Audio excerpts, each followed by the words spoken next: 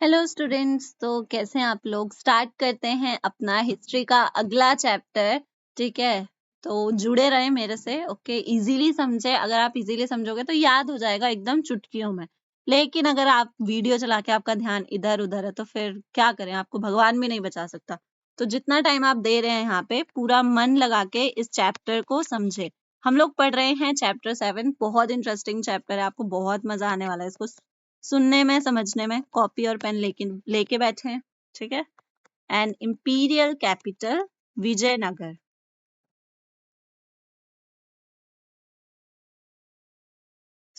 Start करते हैं। सबसे पहले आते हैं इसके इंट्रोडक्शन पे कि भाई ये चैप्टर है क्या, इसमें हमें जानना क्या है। तो उसके बारे में हम लोग जान लेते हैं। विजयनगर एक एम्पायर था, ठीक है, एक राज्य था जिसके बारे में आप इस चैप्टर में पढ़ने वाले हैं। ठीक है, तो विजयनगर इसका लिटरल मीनिंग क्या होता है। लिटरल मीनिंग का मतलब होता है, अगर आप इसको डिक्शनरी में देखें तो ये इसका क्या मीनिंग निकलेगा। बहुत इजी है। विजयनगर सिटी ऑफ विक्ट्री, ये इसका लिटरल मीनिंग है। मतलब जीत का शहर। जो भी राजा यहाँ पे था वो जीतता रहता था। जोक मार रही हूँ, ठीक है, मतलब मजाक है। सिटी ऑफ विक्ट्री इसको कहा जाता है, इसका मीनिंग है। ओके, और ये साउथ इंडिया में सिचुएटेड है। था, था, तभी हिस्ट्री है ये। साउथ इंडिया में ये सिचुएटेड था। इसका अगर हम लोग टाइम पीरियड की बात करेंगे, किस टाइम पीरियड में था ये, तो ये था फ्रॉम 1336 टू 1565। मतलब ज्यादा लंबे समय के लिए नहीं था, ये कुछ समय के लिए था। ओके, इसको एक और नाम से जाना जाता है, also known as Hampi. Okay, Hampi नाम से भी इसको जाना जाता है। अगर आपसे क्वेश्चन पूछा जाता है कि हम्पी किसको कहा जा रहा है, तो समझ जाना कि हम्पी किसका नाम है। तो इसको ढूंढा किसने था, मतलब किसने इस विजयनगर को बसाया था। तो दो भाई थे। ठीक है, चलो जल्दी से बताओ कि कब विजयनगर को बसाया गया था।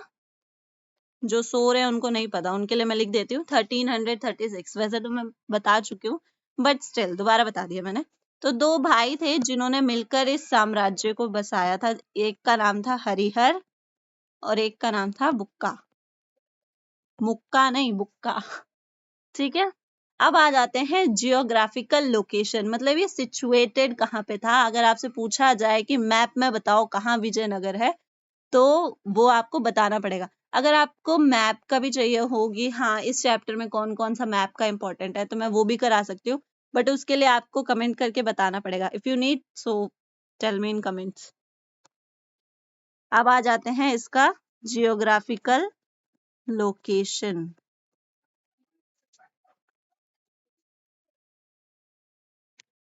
इसका जियोग्राफिकल लोकेशन नॉर्थ से स्टार्ट करते हैं। इसके मतलब नॉर्थ में ये नहीं कि जम्मू कश्मीर से हम लोग स्टार्ट कर रहे हैं। हम लोग स्टार्ट कर रहे हैं कि विजयनगर जो साम्राज्य था उसके नॉर्थ में कौन था। तो इनके नॉर्थ में थे सुल्तान्स ऑफ डेक्कन। जो डेक्कन प्लेट्यू है ना, वहां के सुल्तान्स इनके नॉर्थ में थे।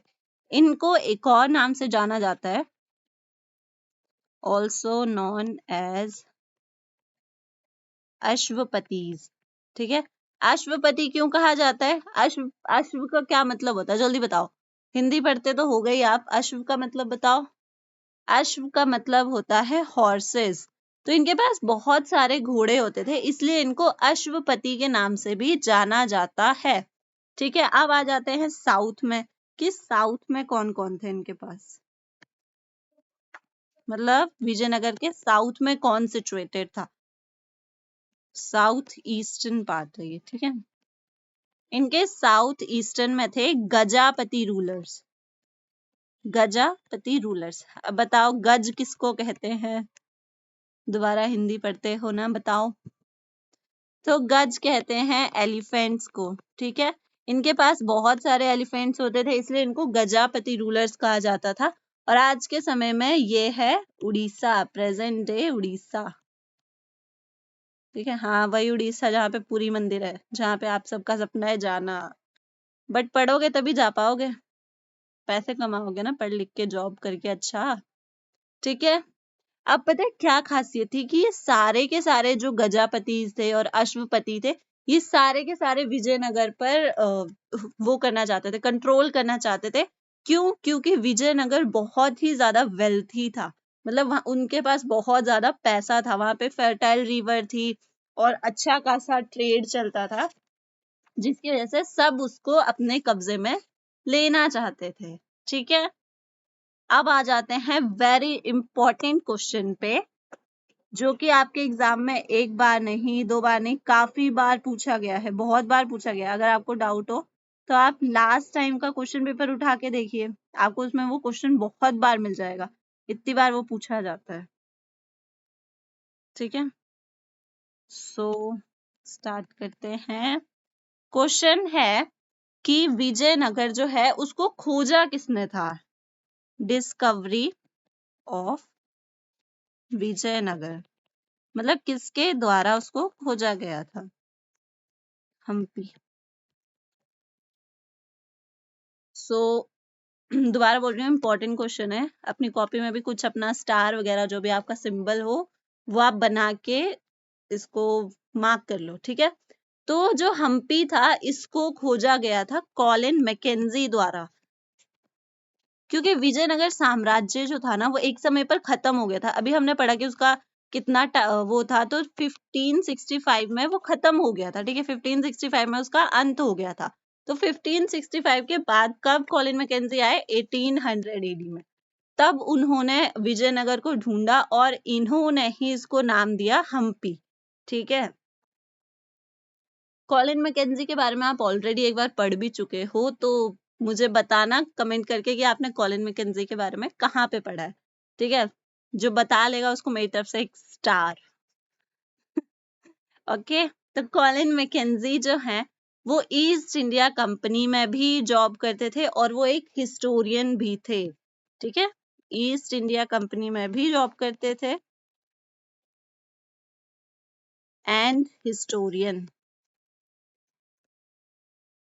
ठीक है, अब उनको कैसे पता चला कि ये विजयनगर है, उन्होंने कैसे ढूंढा है इसको? ठीक है, ये सारे क्वेश्चंस अब आते होंगे आपके दिमाग में। तो जब उन्होंने रुइंस को देखा, रुइंस होते हैं जो खंडर होता है, ठीक है, विजयनगर एक खंडर बन चुका था एक समय पे।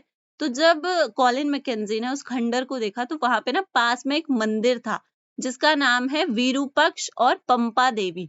ये दोनों मंदिर हैं। ठीक है, तो उन दोनों मंदिरों के जो पंडित होते हैं ना, जो प्रीस्ट होते हैं, उनसे उन्होंने काफी सारी इंफॉर्मेशन कलेक्ट करी, बहुत सारी जानकारी उनसे ली। ठीक है, और काफी सारी उससे मेमोरीज, स्मृति तैयार करी। ठीक है, तो दो मंदिर हैं, ये नाम आपको याद हो जाने चाहिए, Pampa Devi and Virupaksha. Virupaksha temple and Pampa Devi temple, ये दोनों टेम्पल हैं। ठीक है, विजयनगर के बहुत पास में।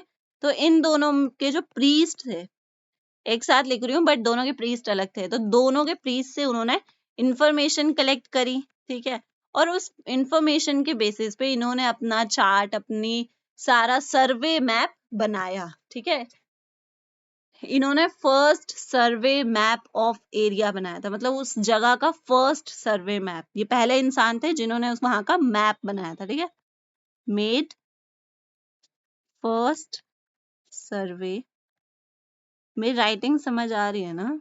सर्वे map of that area. Writing नहीं समझ आ रही होगी तो मैं बोल भी रही हूँ साथ में।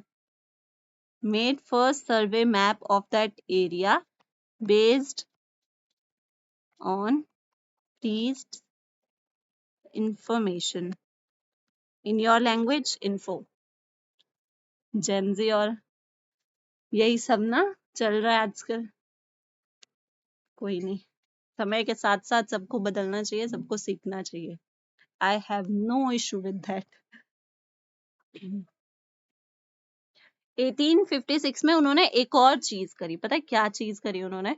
उन्होंने वहां के पिक्चर्स इकट्ठे करने लगे, मतलब जो रुइंस बचे थे ना वहां के, जो खंडर बचा था उनके पिक्चर्स उन्होंने इकट्ठे करे 1856 में, पिक्चर्स ऑफ बिल्डिंग्स। अब जो वो था विरूपक्ष नहीं, सॉरी, विजयनगर का महल वगैरह, उन सब की पिक्चर्स इकट्ठी करी उन्होंने ताकि उनको पढ़ा जा सके, उनके बेसिस पे कुछ नॉलेज वाली चीज तैयार करी जा सके। ठीक है, इसलिए उन्होंने वो सारी की सारी पिक्चर्स इकट्ठी करी। ओके, और फिर उन्होंने और भी चीजें ली। सिर्फ इतने से के बेसिस पे हम पूरा विजयनगर के बारे में जानकारी नहीं दे सकते, इसकी वजह से इन्होंने बाकी चीजों की भी हेल्प ली। फॉर एग्जाम्पल, जो लोग वहां पे कभी घूमने आए होंगे, ट्रेवलर्स जो थे, उन्होंने जो चीजें उसके बारे में लिखी थी उसकी हेल्प ली। लिटरेचर जो लिखा गया था वहां पे तमिल, कन्नड़, संस्कृत में, उन सब चीजों की हेल्प ली। उन सब बेसिस पे इन्होंने विजयनगर एम्पायर के बारे में लिखा, विजयनगर एम्पायर के बारे में समझा। ठीक है, और इंफॉर्मेशन इन्होंने कहाँ से ली? Travellers account,